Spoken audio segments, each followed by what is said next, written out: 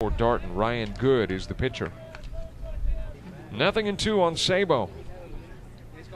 Ryan Good's pitch swung on, missed. Sabo is a strikeout. Anticipated maybe some light showers moving through. Didn't happen. At least hasn't. Still got a lot of this ball game left. Breeze has been gentle, really not much of a factor. Had 3 round trippers in 1 ball game. Middle Georgia knocking 3 out of the park, but that's been it. Haven't had a single long ball outside of Middle Georgia. That GPC doesn't have a tarp to cover the whole infield. They just got it to cover the pitcher's mound and around home plate. And that in and of itself is a little negative, but the field, Coach Bailey has informed me, which I've heard before, that this field does drain very well, so we'll see. Check swing, did he go? An appeal, and no, he did not. Our officiating crew, Thomas Henson behind the plate. At first, Casey Smith. James Thomas is at third, and Casey Smith says no, he did not go, and the count even at 2. I can tell you this, if we do have rain delays tomorrow, you will not have to be subjective to listening to Robert Williamson and myself during the whole rain delays. That's right. We just won't come on the air. As far as that tarp on the whole field, can't we run down to Walmart? Inside pitch, and Rowe is on with a walk.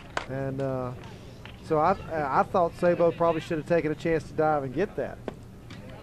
But instead let it drop in. Manus scores on what turns into an RBI single by Bryant Alonzo. So the 9 guy coming through. And now Polacek on with what is credited as a hit to Polacek. First hit of the ball game for South Georgia as Caleb Holbrook, the DH, stands in, shows bunt. The lower seeds usually takes place, and as you mentioned, the number 6 seed East Georgia was eliminated yesterday. There's a balk. Polacek gets on with the single, but goes to second on the pass ball, third on the ball. 90 feet away from tying this ball game up with nobody gone. In the bottom of the second, Caleb Holbrook drives it into right field, and there comes the tying run. Couple of base hits here in the inning for South Georgia.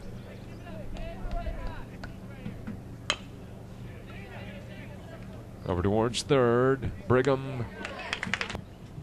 Darton squad has out-hit the South Georgia team 7-2, but just a 1-run ball game as this one has popped up into right. And those 3 singles got you nothing. So despite all the base hits for Darton, it's just a 2-1 ball game.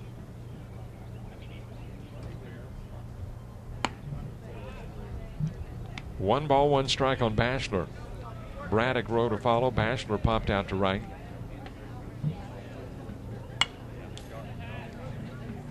One ball, couple of strikes on the 2-hitter.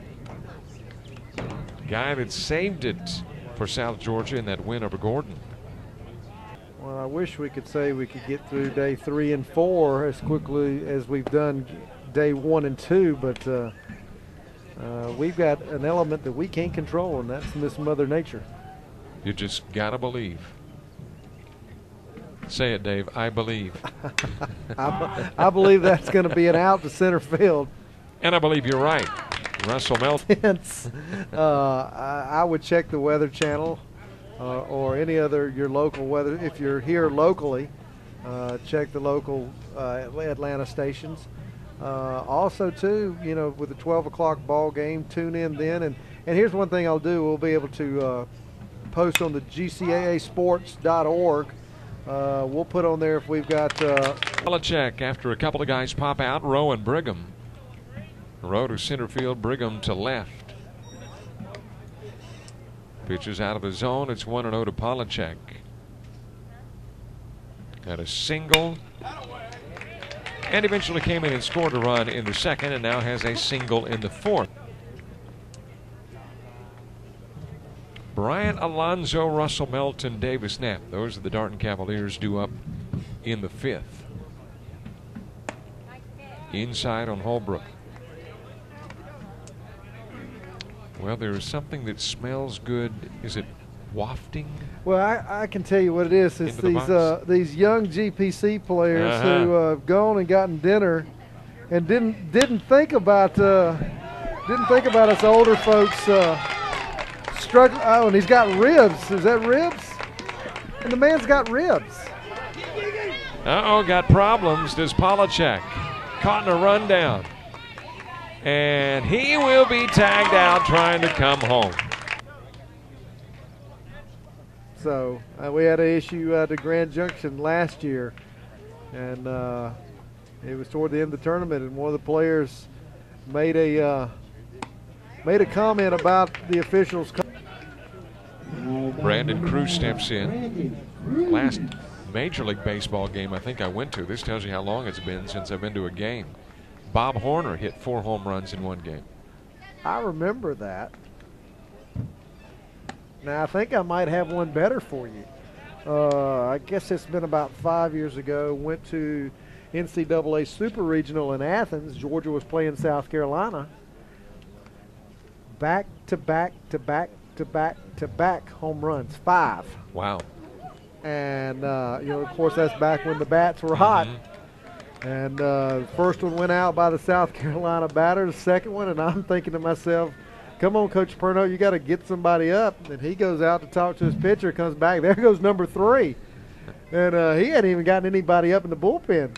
And by that time, he pulls the guy in, and he gives up 2 consecutive himself.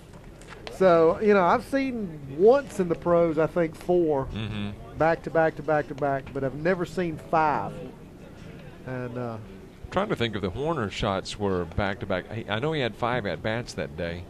I remember that. What I also remember is they also lost the game, despite his 4 home runs. You're absolutely right. An impact swing. That was back when Dale Murphy was in the outfield. Glenn Hubbard was at second. And I was interning with the Braves right out of graduate school, and they were losing. Send it on the handle towards third. Bad throw. Strike out on the first to pop out to right in the third. Stands in with a base runner at first. That is Cruz. But I can tell you, Coach Hemmings did go out there and get his point across and strolled right back to the dugout. And feels better now. He's had an opportunity to vent. I'm sure Scott does. Tyler Bachelor on deck. Sabo. I think it will drop foul or.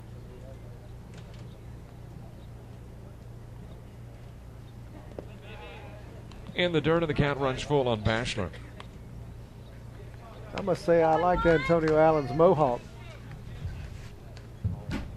Yep. That wouldn't look good on me or you, but it wouldn't. I mean, I'm not trying to hurt your feelings, but it just wouldn't work on you. Definitely the mohawk looked good on that young man. Bachelor goes down, a strikeout victim. Yours would be kind of like a mohawk in reverse. You might could do that. Is that what we would call a faux hawk? Might be. We could probably get some gel and put yours up. There's a base hit. Melton next. Tying run aboard, bottom of the 6th. That's in the gap. And a couple of guys are on. Back-to-back singles. 7 hits now in the game for South Georgia.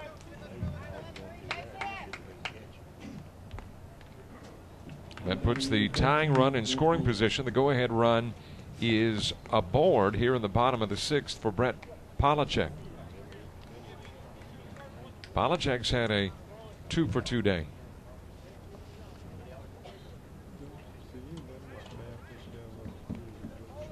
But was not graceful the last time coming around third base.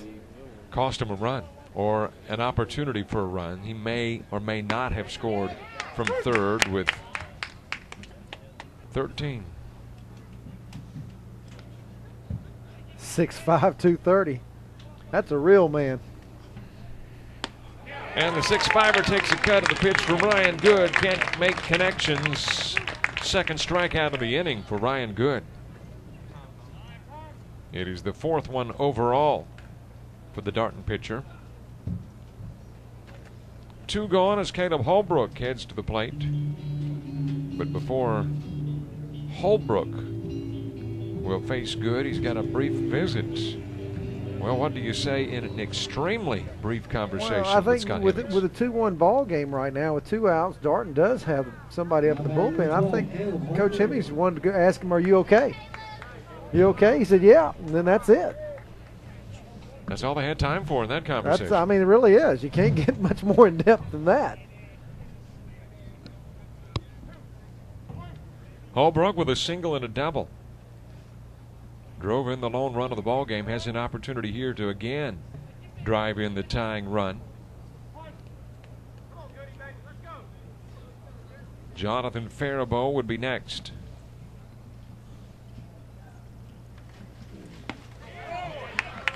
Strike on the outside part of the plate. But then again, if that was part of the conversation, how many pitchers are going to say, "No, I don't have it," and take me out?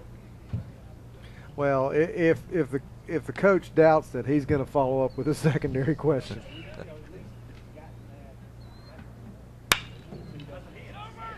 Over towards first. James, the lob, and the foot of Ryan Good is on the bag just before the arrival. And in addition, your catcher's go tell him, "Coach, he's done." He's going to contribute into the. So Ryan Good works a total of 6 innings, gives up 7 hits, strikes out 4.